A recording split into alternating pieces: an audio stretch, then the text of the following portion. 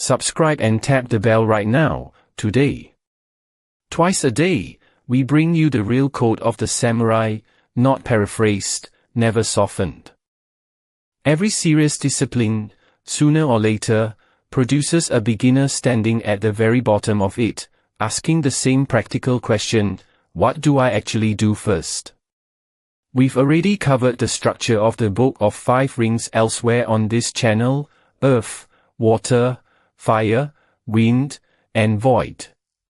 This video is about something narrower and more immediately useful: what a total beginner, starting from genuinely nothing, can actually take from a man who answered that exact question from about as strong a position as anyone in history ever has: 60 duels, 0 losses, and a fighting style built entirely on his own terms rather than inherited from a teacher.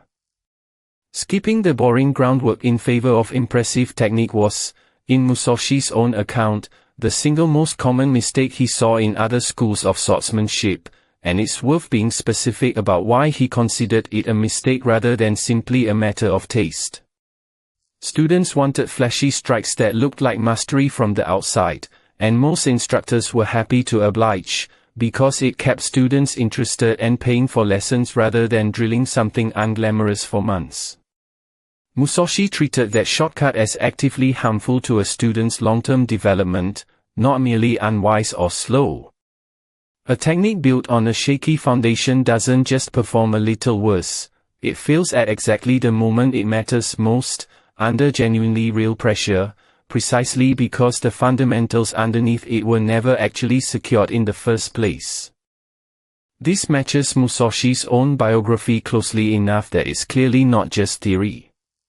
He fought his first real duel at 13 and won it using a wooden staff against a live blade, not through some flashy technique, but because his father had already drilled the fundamentals of stance, timing, and distance into him for years beforehand. Everything flashy and unorthodox that came later, including the two-sword style that made him famous, was built on top of fundamentals so thoroughly absorbed that he could afford to experiment with the rest. A beginner who skips that stage isn't actually ahead of schedule. He's building a structure with no foundation underneath it, and the gap only becomes visible once something finally tests it. Musashi's advice for beginners also addresses something most modern training culture actively resists confronting directly: genuinely, extremely long timelines to real competence. He's recorded as thinking in terms of years, not weeks, the kind of patient, repetitive practice that produces results too slowly to satisfy anyone looking for a quick transformation. This wasn't pessimism about how long mastery takes. It was honesty about it, delivered by a man who had no reason to sugarcoat the timeline since his own record already proved the process worked. Modern advice on almost any skill tends to consistently undersell how long real, durable competence actually takes to build, largely because a genuinely realistic timeline is always a much harder thing to sell to a beginner than a fast, appealing one. Musashi never had anything to sell to a beginner, and he owed no one a comforting version of the timeline. He simply reported, as plainly as he reported everything else, what the actual work genuinely required of a serious student. There's a specific piece of practical guidance worth pulling from this for anyone starting something difficult today. Resist the urge to chase the advanced technique before the foundation is genuinely solid, not because advanced technique is bad, but because a foundation built too quickly produces exactly the failure Musashi warned his own students against: competence that looks real until the first moment is seriously tested, and collapses the instant it is. Whatever discipline you're actually trying to build, from a physical skill to a difficult habit, the honest first question isn't, what's the impressive version of this look like? It's, have I actually secured the boring part underneath it yet? Musashi's other core piece of advice for a beginner concerns comparison, specifically, studying rivals and alternative approaches seriously enough to understand their actual strengths and weaknesses, rather than assuming your own method is automatically correct simply because it's the one you were taught first. This is the entire subject of the Wind Book in the Five Rings, where Musashi spends real effort examining other schools of swordsmanship rather than simply promoting his own. A beginner who never seriously studies alternatives to their own approach isn't demonstrating loyalty to a method. They're avoiding the uncomfortable possibility that a different approach might actually be better, or that their own has weaknesses they haven't yet had to confront. It's worth being honest about how uncomfortable this kind of comparison actually is in practice, because it requires a beginner to do the one thing pride usually resists most: seriously entertain the possibility that a rival, a competing method, or an approach you were never taught is actually stronger than the one you've already invested time and identity into. Musashi didn't treat this as an occasional exercise reserved for moments of doubt.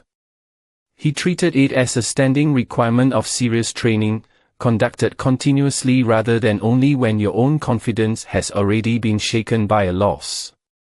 A beginner who waits until after a failure to finally study what they've been avoiding is studying it too late to have actually prevented that failure in the first place.